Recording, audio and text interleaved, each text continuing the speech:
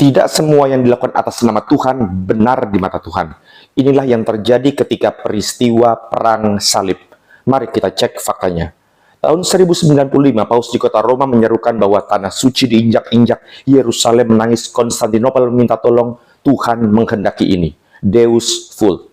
Pada awalnya, seruan ini untuk membantu Kekaisaran Bizantium atau Konstantinopel yang adalah kerajaan Kristen di daerah Turki karena sedang runtuh di bawah serangan pasukan Islam. Kaisar Bizantium meminta tolong dan Paus melihat ini sebagai peluang besar untuk menolong saudara seiman dan juga menyatukan kembali gereja Kristen yang terpecah karena sejak tahun 1054 dunia Kristen terbelah dalam perpecahan besar antara gereja barat yang dipimpin oleh Paus dan gereja timur yang dipimpin oleh Patriark Konstantinopel. Maka Paus Urbanus II menyerukan perang salib.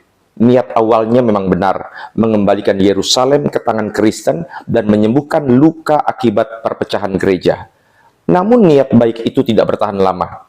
Ketika ribuan orang dari seluruh Eropa berbondong-bondong bergabung, ambisi manusia mulai berbicara. Para bangsawan ingin tanah baru dan kekayaan, bahkan ada yang ikut dalam perang ini karena dijanjikan pengampunan dosa.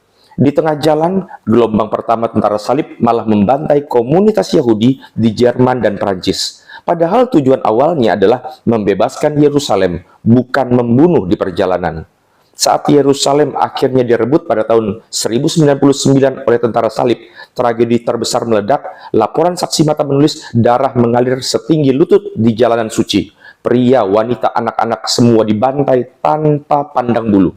Perang salib kemudian berlanjut hampir 200 tahun, dari tahun 1096 hingga 1291. Selama rentang itu, lebih dari 1 hingga 3 juta jiwa melayang di kedua belah pihak. Yerusalem jatuh berkali-kali, tetapi perdamaian sejati tidak pernah terjadi. Yang tumbuh justru kebencian antar agama yang mengakar hingga berabad-abad kemudian. Apa yang salah?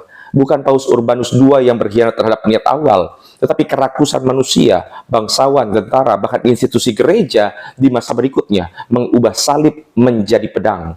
Gereja yang seharusnya membawa damai malah ikut tenggelam dalam arus kekuasaan dan politik duniawi.